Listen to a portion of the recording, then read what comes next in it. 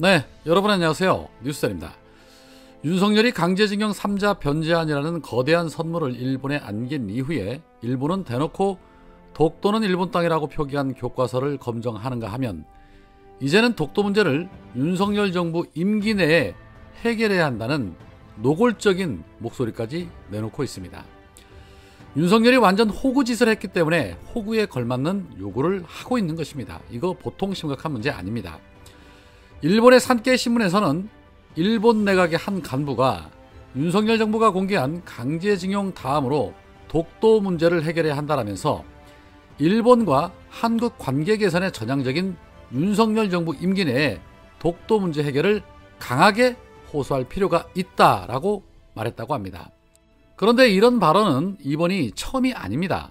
지난 한일 정상회담 이후에 일본의 관방부 장관은 비공개 브리핑에서 기시다가 윤석열에게 한일 현안에 대해서 잘 대처해 나가자는 취지를 밝혔다.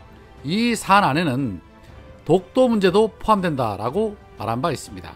이 발언 이후에 또다시 내각의 간부가 이런 발언을 했다는 것은 기시다가 윤석열에게 독도 문제를 언급한 것은 기정사실이라고 봐도 무리수가 없는 것이라고 보여집니다. 그런데 이것만이 아닙니다. 일본의 교도통신은 윤석열이 스가 전 총리를 접견하는 자리에서 후쿠시마 제1원전 오염수 해양 방류 문제에 대해서 시간이 걸리더라도 한국 국민의 이해를 구해나가겠다라고 말한 것으로 알려졌다는 충격적인 보도를 냈습니다. 이 통신에 따르면 윤석열과 스가 전 총리의 접견에 동석한 누카가 후쿠시로 전 이란 의원 연맹 회장이 한국 정부의 오염수 방류에 대한 이해와 함께 2011년 후쿠시마 원전 사고 후 지속돼 온 일본산 수산물 수입 금지 조치의 철폐를 요청했다고 합니다. 이에 윤석열은 문재인 전 정권은 이해하는 것을 피해온 것 같다. 국제원자력기구의 프로세스를 통해서 한국 정부가 실태를 알 필요가 있다. 일본 정부는 좀 더 이해시키는 노력을 해달라라고 답을 했다고 합니다. 자, 이쯤 되면 이건 친일이 아니라 본토 왜구라고 비판을 해도 할 말이 없을 것입니다. 다들 아시는 것처럼 후쿠시마 오염수 방류에 대해서는 중국도 러시아도 정상회담 이후에 공동성명에서 심각한 우려를 표한다라고 발표한 바 있고 아시아 국가뿐만 아니라 전 세계 각국에서 우려를 표하고 있는데 가장 가깝고 가장 심각한 피해가 우려되는 대한민국의 대통령이라는 자는 일본의 대변인 역할을 자처하며 자국민을 이해시키는데 노력해 달라고 부탁을 했다는 거 아닙니까? 최근에 우리 국민들의 분노 지수가 매우 높아졌습니다. 지난해 대선 때보다도 지금이 더 분노 지수가 높다라고 말을 합니다. 뉴스는 아예 쳐다보기도 싫고 유튜브고 뭐고 다 안 보고 싶다고 말씀들을 하십니다. 보고 있으면 화병이 생기고 암이 생길 것 같다라는 것이죠. 누구 때문에요? 윤석열 정권 때문에 말입니다. 제가 여러 차례 앞선 방송에서 유난히 탄핵을 강조한 이유가 있습니다. 우리가 건강한 삶을 살기 위해서는 사전에 충분히 운동도 하고 식단도 관리하고 건강관리를 하면서 질병에 걸리지 않게 예방하는 게 무엇보다도 중요합니다. 관리하지 않다가 큰 질병에 걸리고 나면 치료가 가능하면 다행이겠지만 치료가 되지 않을 수도 있기 때문인 것입니다. 마찬가지로 지금 윤석열이 저지르고 있는 외교는 치료가 불가능한 수준에 가깝다는 것입니다. 방사능 오염수가 바다에 한번 쏟아지면 그 어떤 것으로도 회복이 불가능합니다. 그런데 윤석열은 일본에 강력한 우려 표명을 하기는커녕 오히려 자국민을 이해시키는데 앞장서겠다는 입장을 밝힌 것입니다. 나라를 팔아먹고 자국민의 생명까지 위협을 하고 있는데 어떻게 해야 할지는 뻔한 거 아닙니까? 나라가 망하고 회복이 불가능할 수준까지 갈 수 있는데도 국회는 입만 떠들 때가 아니라는 것입니다. 탄핵이 쉽지 않으면 탄핵 발의라도 해야 한다고 주장하는 이유가 바로 이런 이유들 때문인 것입니다. 일종의 보험인 것이죠. 나중에 원상 회복이라도 하려면 탄핵안 발의는 지금 당장 이루어져야 한다는 그런 생각입니다. 오죽하면 미국의 한 전문가가 외교 전문지를 통해서 한일 강제노동협상은 엉망진창, 미국은 여전히 한국의 일방적인 양보를 원하고 일본에는 아무것도 요구하지 않는 실수를 반복하고 있다. 한국의 일방적 양보는 이후에 합의를 망칠 수도 있다라고 지적을 했겠습니까? 결국 윤석열 때문에 우리 국민들은 반일 감정을 넘어 반미 감정도 극대화될 것으로 예상이 됩니다. 자, 그런 가운데 어제 김성한 국가안보실장이 전격 사의를 했다는 보도가 있었죠.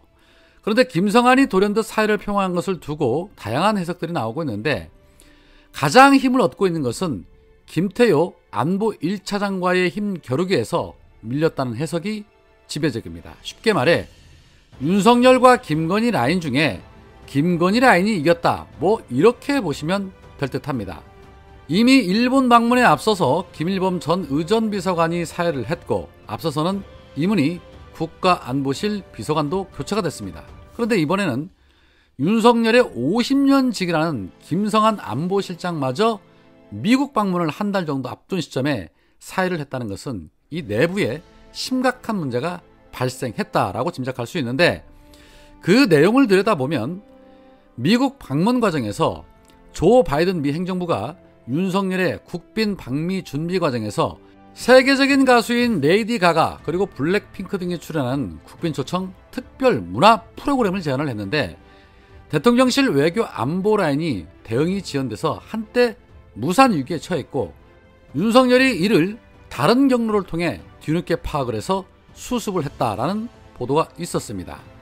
그런데 이 같은 일은 그 누구보다도 연출에 민감한 김건희의 심기를 건드린 것이다 해서 의전비서관, 안보실 비서관에 이어 김성한 실장도 김건희로부터 책임 추궁을 당한 것이다, 버틸래야 버틸 수가 없었다라고 해석이 됩니다. 제 아무리 윤석열의 50년 직이라 하더라도 김건희 심기를 걷는 것만큼은 용서받지 못한 것인가 하는 그런 추론을 해봅니다.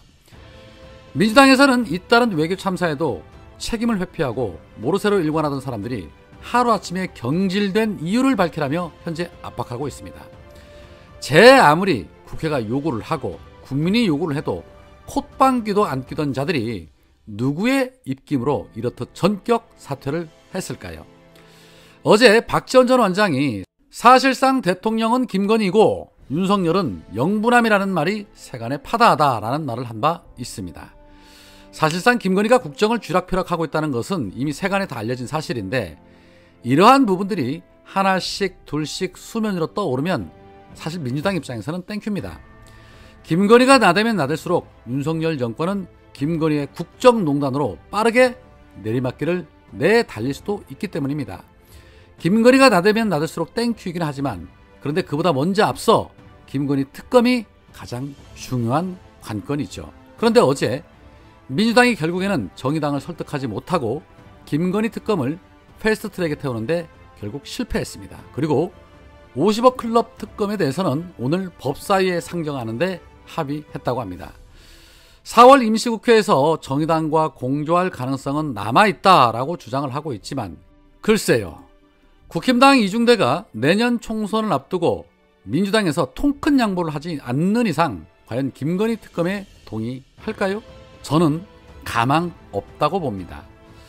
결국에는 정의당이 발목을 잡아서 정권까지 넘어갔는데 역시나 또 정의당 때문에 발목이 잡힙니다. 용서가 안 됩니다. 정의당은 다음 총선에서 반드시 사라지게 할 정당입니다. 반드시 책임을 묻게 될 것입니다. 오늘은 여기까지입니다. 고맙습니다.